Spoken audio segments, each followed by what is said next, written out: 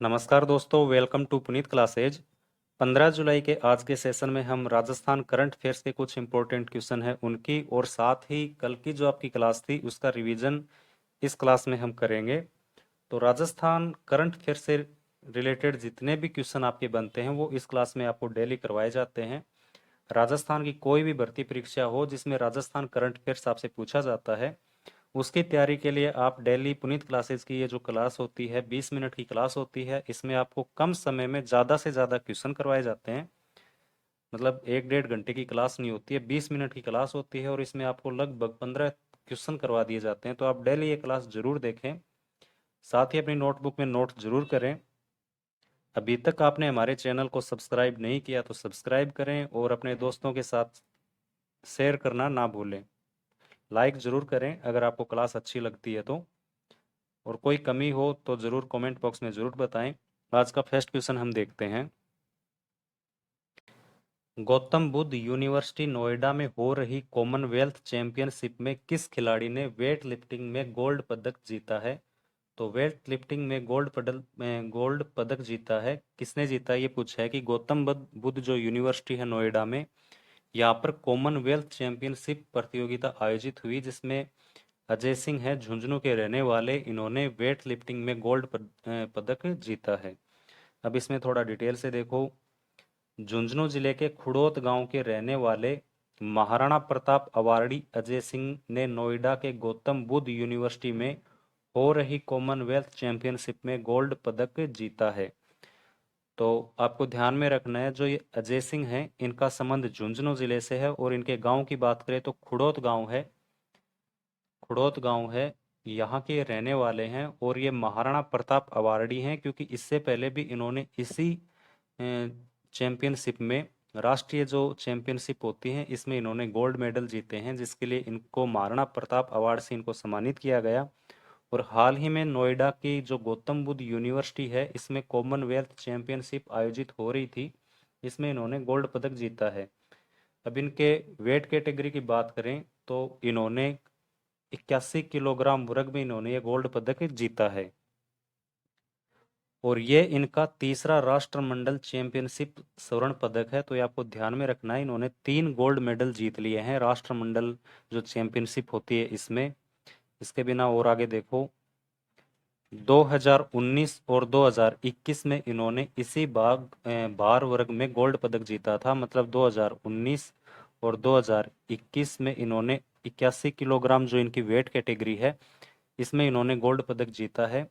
और इस प्रतियोगिता की बात करें तो इसमें इन्होंने 306 किलोग्राम, जिसमें 136 किलोग्राम तो स्नैच और 170 किलोग्राम क्लीन एंड जर्ग, मतलब इन दोनों को मिलाकर कुल 306 किलोग्राम में इन्होंने संयुक्त भार उठाकर पहला स्थान प्राप्त करके गोल्ड मेडल जीता है। तो नेक्स्ट क्वेश्चन देखते हैं। अगला क्वेश्चन है, हाल ही में हरीश चंद्र माथुर राज लोक सेवा संस्थान का महानिदेशक किसे नियुक्त किया गया है? तो जो HCM रिपा है, हरीश चंद्र माथुर राज लोक सेवा संस्थान जिसको बोला जाता है, इसके नए जो महानिदेशक हैं वो नवीन महाजन हैं। नवीन महाजन इसके नए महानिदेशक हैं HCM रिपा के। अब HCM रिपा के बारे में थोड़ा देखो, इस क्वेश्चन से रिलेटेड जो भी है। तो HCM जो रिपा है ये जयपुर के अंदर अवस्थित है, और इसकी जो स्थापना है ये 1957 में जोधपुर में हुई थी, और इसके बाद 1963 में इसका जो कार्यालय है वो जयपुर में स्थानांतरित कर दिया गया। और हाल ही में HCM रिपा के महानिदेशक नवीन महाजन को नियुक्त किया गया है। हरीश चंद्र माथुर राज लोक सेवा संस्थान है, इसके द्वारा एक रोड सेफ्टी इंस्टीट्यूट है वो भी खोला गया है, और इसके द्वारा एक बिहेवियरल जो लैब है IIM उदयपुर द्वारा ये भी यहाँ पर स्थापित किया गया है। अगला क्वेश्चन है, अम्मान जॉर्डन में आयोजित अंडर 15 एशियन रेसलिंग चैंपियनशिप में किस खिलाड़ी ने गोल्ड मेडल जीता है? तो अम्मान जॉर्डन में एक अंडर 15 एशियन रेसलिंग चैंपियनशिप आयोजित हो रही है, जिसमें अश्वनी विश्नोई इनके द्वारा गोल्ड मेडल यहाँ पर जीता गया है अंडर 15 एशियन रेसलिंग चैंपियनशिप में। अब इसमें थोड़ा आगे देखते हैं। अंडर 15 एशियन रेसलिंग चैंपियनशिप में अश्विनी विश्नोई ने गोल्ड पदक जीता है। इनके वेट की बात करें कि कौन सी कैटेगरी में इन्होंने यह पदक जीता है, तो 62 किलोग्राम वेट कैटेगरी में इन्होंने यह पदक जीता है। और अश्विनी विश्नोई ये भीलवाड़ा जिले के रहने वाले हैं। ये आपको ध्यान में रखना है कि इनका संबंध भीलवाड़ा जिले से है। इनकी वेट कैटेगरी की बात करें तो 62 किलोग्राम वर्ग में इन्होंने यह पदक जीता है। और अंडर 15 जो रेसलिंग चैंपियनशिप थी, इसमें इन्होंने गोल्ड पदक जीता है। इसके बिना भीलवाड़ा की बात करें तो भीलवाड़ा से एक खिलाड़ी का और संबंध आता है, फिरदौस कायम खानी। फिरदौस कायम खानी इन्होंने हाल ही में जो खेलो इंडिया यूनिवर्सिटी जो गेम्स हुए थे, इसमें इन्होंने 2 मेडल जीते थे, एक गोल्ड और एक सिल्वर। और इसी प्रदर्शन के लिए इनका हाल ही में वर्ल्ड यूनिवर्सिटी जो गेम है उनमें इनका चयन हो गया है, फिरदौस कायम खानी का। तो ये इसमें भारत का प्रतिनिधित्व करेंगी। इसके बिना मंजू बाला की बात करें, मंजू बाला इनका संबंध झुंझुनू जिले से है और हैमर थ्रो की ये खिलाड़ी हैं मंजू बाला। पूजा बिश्नोई हैं, ये एथलेटिक्स हैं और जोधपुर जिले से इनका संबंध है। ये आप जरूर ध्यान में रखें। नेक्स्ट क्वेश्चन देखो। क्रोएशिया में आयोजित वर्ल्ड पैराशूटिंग वर्ल्ड कप में राजस्थान के किस खिलाड़ी ने स्वर्ण पदक जीता है? तो क्रोएशिया के अंदर वर्ल्ड पैराशूटिंग जो वर्ल्ड कप हुआ, इसमें राजस्थान की जो अवनी लेखरा हैं और रुद्रांश खंडेवाल हैं, इन दोनों ने यहाँ पर गोल्ड मेडल जीता है। अब इस गोल्ड के बारे में आगे देखो।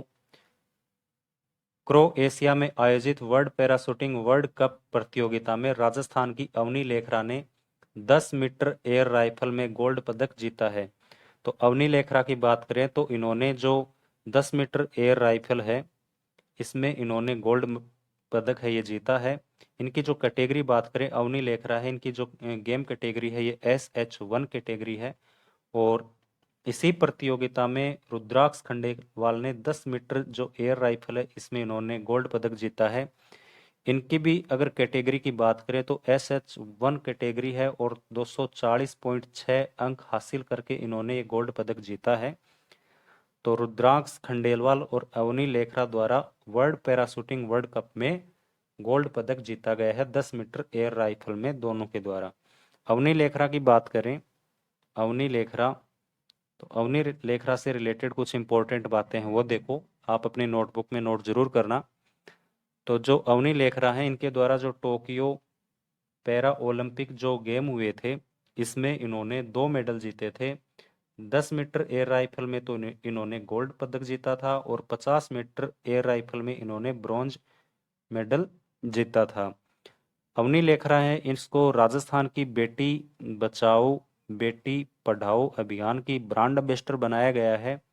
अवनी लेखरा को 2022 में पद्मश्री अवार्ड से इनको सम्मानित किया जा चुका है और 2019 में इनको 2019 की बात करें तो इनको मेजर ध्यानचंद खेल रत्न जो अवार्ड है, इससे भी इनको सम्मानित किया जा चुका है। तो ये सब चीजें आप ध्यान में जरूर रखें। नेक्स्ट क्वेश्चन देखो। अंतर्राष्ट्रीय तस्कर वामन घिया से जब्त 800 बेशकीमती मूर्तियों के लिए कहाँ म्यूजियम बनाया जाएगा? तो अंतर्राष्ट्रीय तस्कर हैं वामन घिया, इनसे जो जब्त की गई 800 मूर्तियां हैं, इसके लिए जयपुर जिले में म्यूजियम बनाया जाएगा। अब इसमें आगे देखो। अंतर्राष्ट्रीय तस्कर वामन घिया से जब्त 800 कीमती मूर्तियों के लिए जयपुर में थीम पार्क इसका निर्माण किया जा रहा है। मतलब ये जो म्यूजियम है ये थीम पार्क के रूप में इसका निर्माण किया जाएगा। राजस्थान में जो थीम पार्क है इनकी बात करें तो जो मोस्ट इंपोर्टेंट थीम पार्क हैं आपके एग्जाम के लिए, उनके बारे में आप देखो। तो जो जैसलमेर में है थीम पार्क, इसकी बात करें तो जैसलमेर में 3 थीम पार्क हैं, जिसमें एक सम गांव है, यहाँ पर BSF द्वारा थीम पार्क बनाया गया है। एक घोटारू के अंदर बनाया गया है, जिसमें आसमान से देखने पर इंडिया लिखा हुआ दिखाई देता है। और एक है ये कुलधरा के अंदर कैक्टस पार्क है, ये बनाया गया है। जोधपुर में थीम पार्क की बात करें तो एक स्क्रैप पार्क है। स्क्रैप पार्क जो चंडीगढ़ का जो रॉक गार्डन है, इसकी थीम के ऊपर ये स्क्रैप पार्क बनाया गया है। हाल ही में एक नया एडवेंचर पार्क है जो मंडोर में बनाया जाएगा, जिसमें टॉकिंग डायनासोर हैं, इस वो यहाँ पर आपको दिखाई देंगे। और एक वेस्ट टू वंडर पार्क है, ये भी जोधपुर में बनाया गया है। जयपुर की बात करें तो जयपुर में नाहरगढ़ किशन बाग में डेजर्ट थीम के ऊपर ये थीम पार्क बनाया जाएगा। और हाल ही में जो 820 कीमती मूर्तियां हैं, इसके लिए भी थीम पार्क है, म्यूजियम है, इसका निर्माण यहाँ पर किया जा रहा है। तो ये सब नोट करें आप अपनी नोटबुक में। नेक्स्ट क्वेश्चन देखो, केंद्र द्वारा संचालित मेरी पॉलिसी मेरे हाथ डोर टू डोर अभियान के तहत देश में बीमा क्लेम वितरण में राजस्थान का कौन सा स्थान है? तो केंद्र सरकार की एक योजना है मेरी पॉलिसी मेरे हाथ डोर टू डोर अभियान, इसके तहत बीमा वितरण में राजस्थान का पहला स्थान है। अब इसमें डिटेल से देखो कि राजस्थान का इसमें पहला स्थान किस वजह से है। तो फसल बीमा योजना के तहत मेरी पॉलिसी मेरे हाथ योजना की शुरुआत 2021 से हुई। ये जो मेरी पॉलिसी मेरे हाथ है डोर टू डोर योजना, इसकी शुरुआत 2021 में हुई थी फसल बीमा योजना के तहत।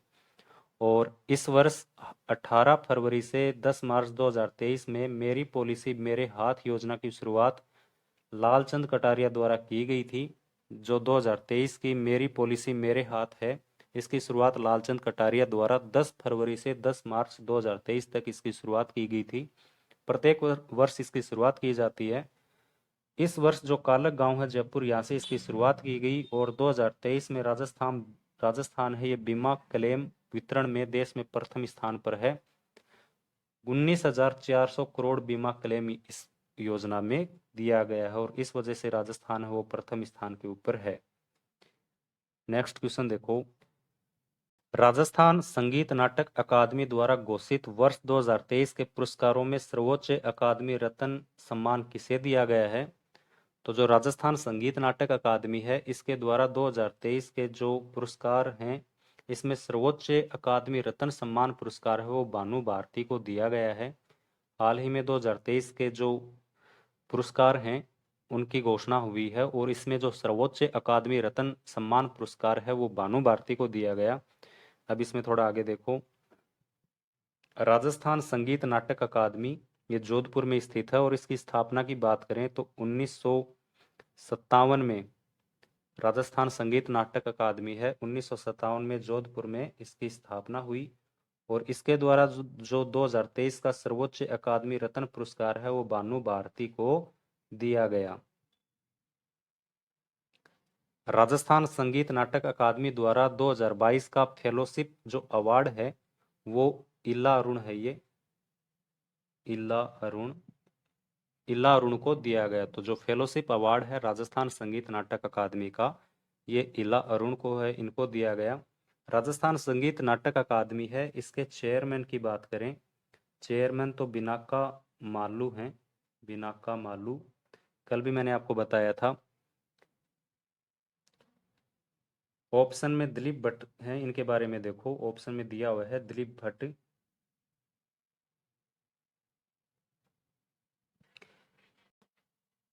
दिलीप भट्ट नहीं, रति सक्सेना, इनके बारे में देखो। रति सक्सेना तो जो राजस्थान साहित्य अकादमी है उदयपुर द्वारा, राजस्थान साहित्य अकादमी उदयपुर द्वारा 2022 का जो सर्वोच्च सम्मान है मीरा पुरस्कार, वो रति सक्सेना है, इनको दिया गया था।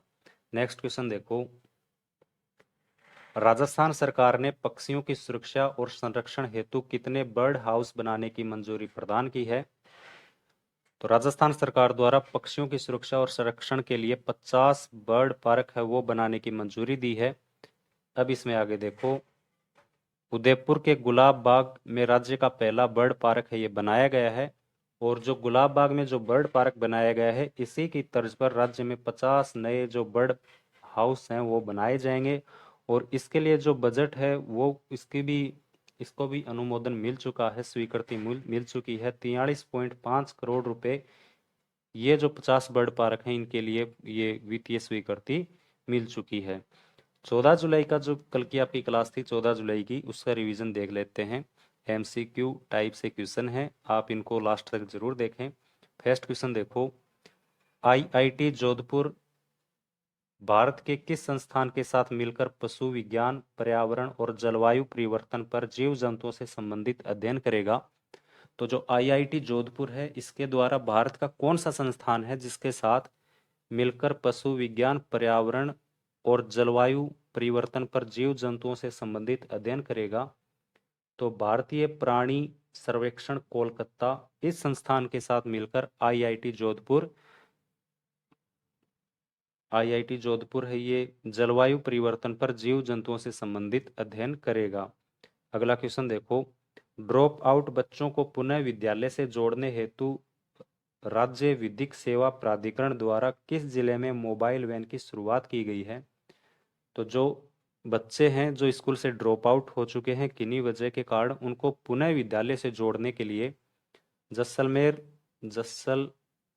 जिले से मोबाइल वैन है, इसकी शुरुआत की गई है।